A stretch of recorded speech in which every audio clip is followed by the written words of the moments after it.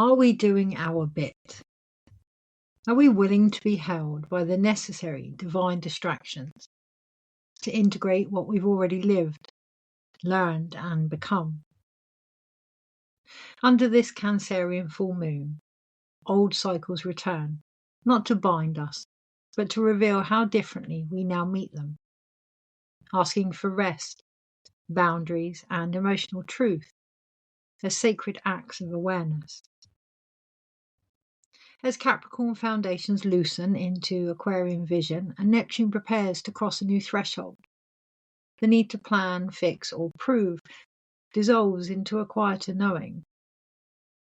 We ain't seen nothing yet. In this remembering, pause becomes preparation. Stillness transcends vision, and what is ready to emerge finds us through the recognition we allow ourselves to receive from within.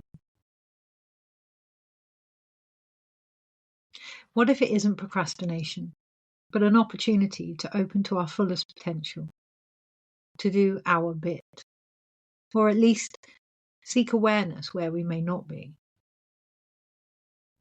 I've been watching old scenarios play themselves out of late, noticing in their repetition one stark difference: my internal reaction, based on the perception of any emotions within them.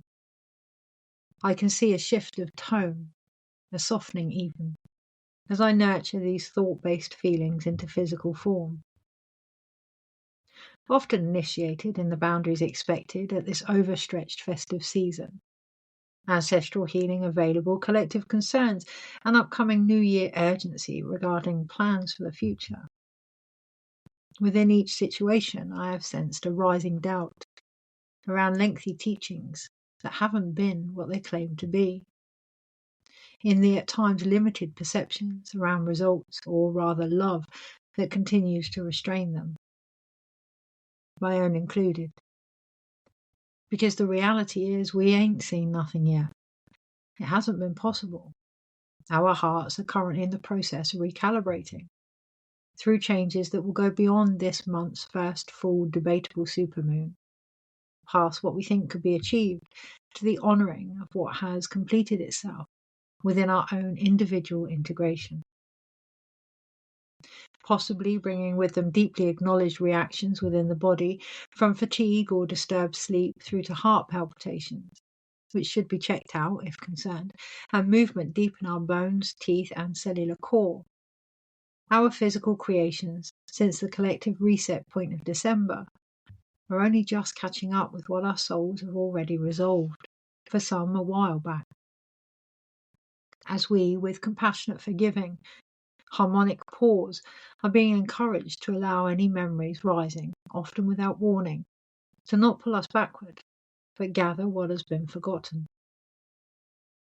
The foundation of love, based upon beliefs that no longer seek, chase, or approve, but contain the courage to live by them, for the structure strong enough to carry us forward.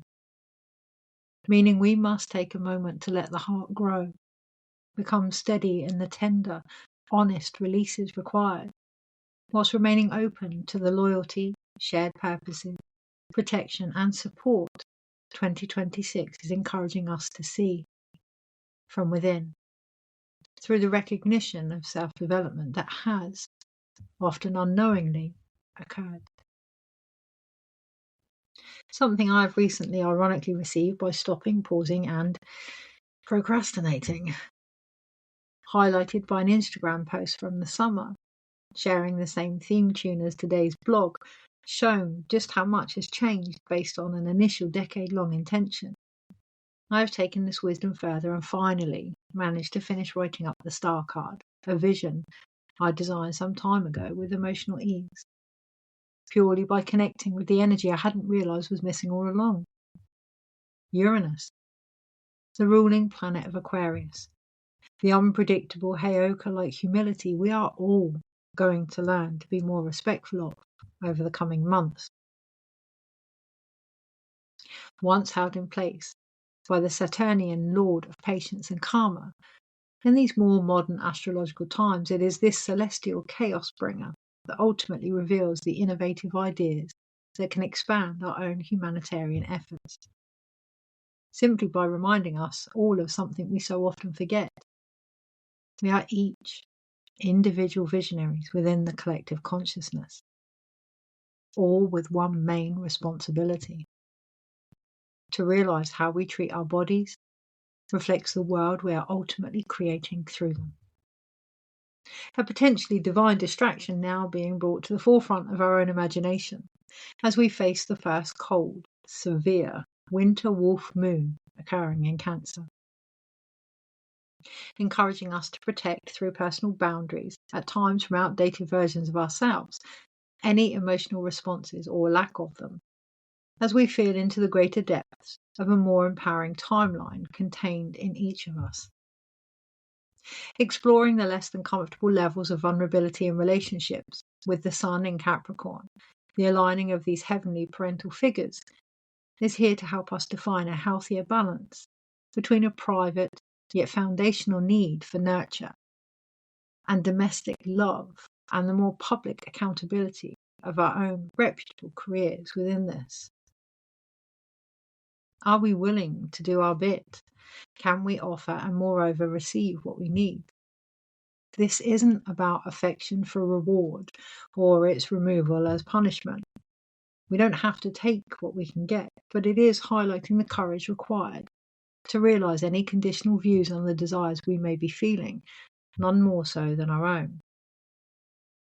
With so much external attention on goals, plans, ambitions at this time, whilst illuminating and inspirational, in reality right now we would be better guided to reflect on our own inner lives, to support us later down the line, as we are going to be pushed to consider our emotional expenditure for the first part of the year, particularly in relation to past patterns regarding personal fulfillment, around restrictive, at times deliberate avoidance strategies of work, home, comfort and responsibility balances.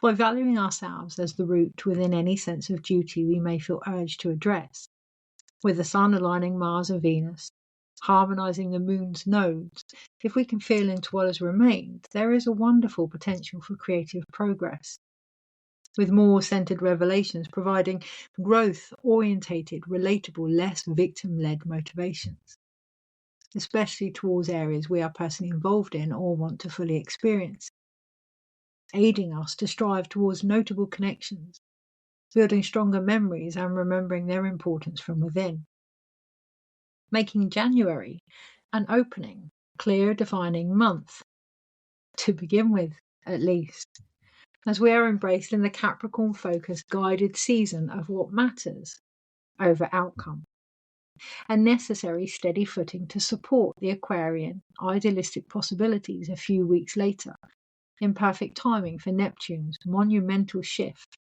into another sign come February, where new ideas, relationships and future-based mindsets will start downloading into the presence we are willing to give them. Procrastination or procreation is something only we can decide in our individual priorities, but with Mercury entering Capricorn on the 1st, pre-full moon, whilst plans may feel urgent, it isn't our goals but alignment that needs to get more practical and real. Instead, this Cancerian placement actually advises rest, reflection and protection of our peace for the potential productive space that will ultimately be redeveloped in the distant future. With Venus having begun her descent into the morning star on the 6th, entering Aquarius on the 17th, the day before the new moon in Capricorn, it is the vibration of balance that will actually